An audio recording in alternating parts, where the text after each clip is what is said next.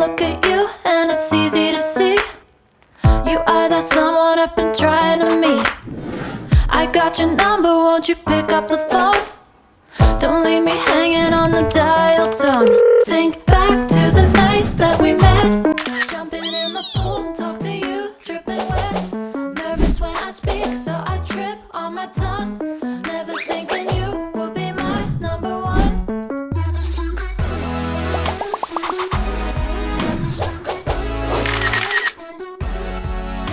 speak, so I trip on my tongue.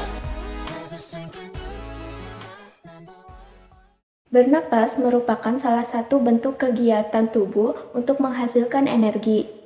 Udara yang masuk melalui sistem pernapasan akan digunakan untuk proses dioksidasi, yaitu proses yang menghasilkan energi dengan mencegah molekul kompleks menjadi molekul yang lebih sederhana. Sistem pernapasan tersusun atas hidung, faring, laring, trakea, paru-paru, dan lain sebagainya. Selain sebagai organ pernapasan, hidung juga sebagai indera pembau. Kemampuan tersebut membuat manusia terhindar dari gas beracun maupun berbau yang mungkin mengandung bahan penyakit. Pada pangkal rongga mulut yang berhubungan dengan rongga hidung, terdapat suatu katup yang disebut faring atau anak tekak. Faring berada di belakang rongga hidung dan mulut, meluas dari dasar tenggorokan sampai setinggi ruas tulang belakang bagian leher ke-6. Laring tersusun atas sejumlah tulang rawan. Bagian tulang rawan yang terbesar adalah jakun. Laring menghasilkan suara sehingga disebut kotak suara. Di dalam kotak suara terdapat dua lipatan yang sangat elastis, disebut pita suara.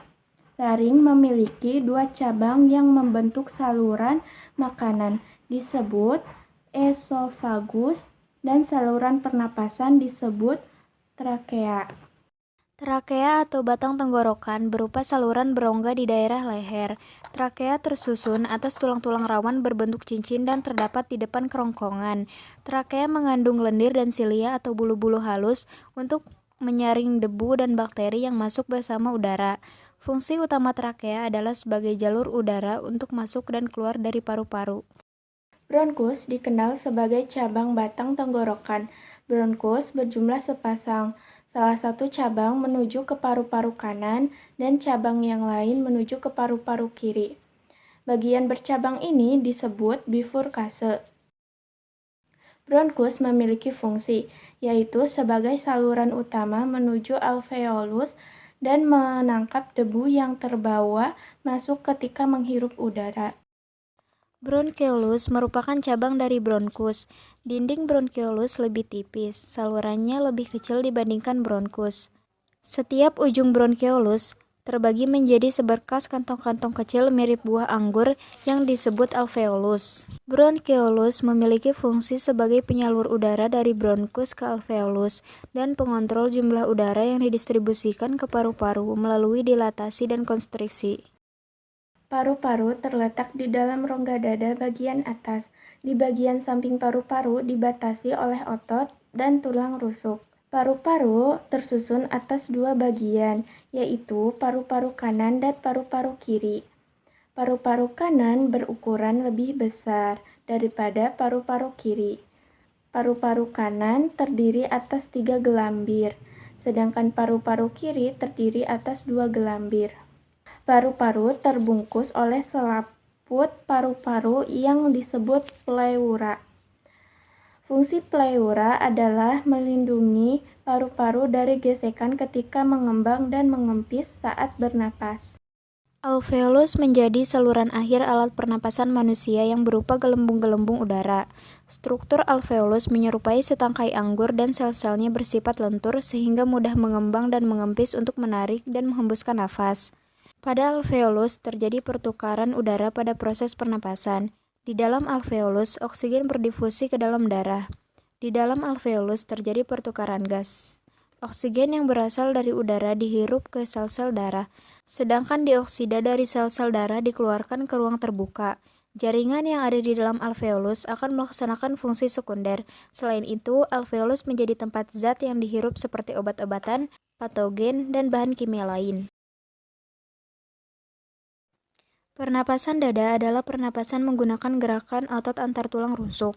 Pernapasan dada dimulai dengan berkontraksinya otot-otot antar tulang rusuk yang menyebabkan tulang-tulang rusuk terangkat dan rongga dada membesar. Membesarnya rongga dada tersebut menyebabkan tekanan udara di dalam paru-paru menurun, sehingga udara di luar masuk ke paru-paru, atau bisa disebut inspirasi. Apabila otot-otot antar tulang rusuk berelaksasi, tulang-tulang rusuk menurun, sehingga volume rongga dada mengecil. Akibatnya, tekanan udara di dalam paru-paru naik, dan udara keluar dari paru-paru, atau bisa disebut ekspirasi. Pernapasan perut adalah pernapasan menggunakan otot-otot diafragma. Pernapasan perut dimulai dengan berkontraksinya otot-otot diafragma yang menyebabkan diafragma mendatar. Umumnya, laju pernapasan sesuai laju penambahan karbon dioksida dalam darah atau laju pengurangan oksigen dalam darah dan jaringan. Hal tersebut dipengaruhi oleh jenis aktivitas. Ketika melakukan aktivitas berat, kamu akan terengah-engah. Hal tersebut terjadi karena peningkatan metabolisme dalam jaringan, terutama otot, sehingga terjadi peningkatan kadar karbon dioksida dalam darah. Kapasitas paru-paru adalah kemampuan paru-paru untuk menampung udara pernapasan. Kebutuhan oksigen akan meningkat seiring adanya peningkatan aktivitas tubuh. Oksigen sangat diperlukan untuk pembakaran makanan di dalam tubuh untuk menghasilkan energi. Energi digunakan manusia untuk melakukan aktivitas sehari-hari. Oleh karena itu, pemasukan oksigen dari luar ke dalam tubuh tidak boleh berhenti. Frekuensi pernapasan setiap orang berbeda-beda. Adapun faktor-faktor yang memengaruhi kecepatan frekuensi pernapasan yaitu usia, jenis kelamin, suhu tubuh, posisi tubuh, dan aktivitas. Sinusitis merupakan peradangan pada rongga hidung bagian atas atau bisa disebut sinus paranasalis. Penderita ditandai dengan hidung tersumbat, ingus berbau, berwarna kuning kehijauan, dan terasa sakit di daerah sinus yang terserang. Rinitis merupakan peradangan yang terjadi pada rongga hidung dan dapat mengakibatkan rongga hidung membengkak. Tonsilitis atau radang amandel adalah peradangan yang terjadi pada amandel atau tonsil. Penyebab tonsilitis umumnya adalah virus dan bakteri. Laringitis merupakan radang pada laring yang disebabkan oleh iritasi maupun infeksi. Bronkitis merupakan peradangan tenggorokan yang disebabkan oleh infeksi bakteri pada selaput epitel bronkus. Asma merupakan peradangan saluran pernapasan yang disebabkan oleh hipersensitif bronkiolus. Emfisema merupakan gangguan saluran pernapasan karena susunan dan fungsi alveolus yang tidak normal.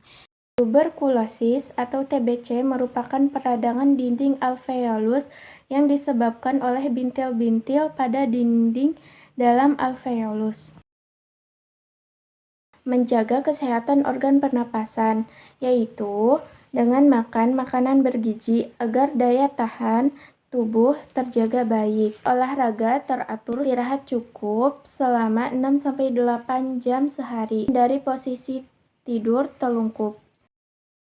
Menghindari zat-zat yang dapat merusak organ pernapasan, seperti tidak merokok dan menghindari paparan asap rokok karena banyak mengandung racun.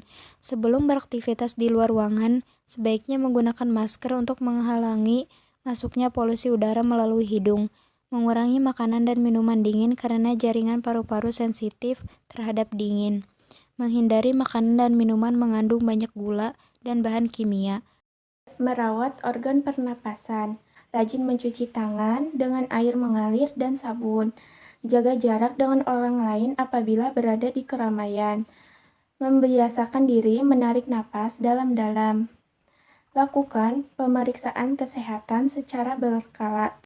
Menjaga kesehatan lingkungan sekitar. Membuat sebanyak mungkin ventilasi dalam rumah. Menjaga kebersihan lingkungan. Menanam tumbuhan hijau. Mencegah ruangan lembab karena virus dan bakteri mudah berkembang di ruangan dengan kelembapan tinggi. Thank you.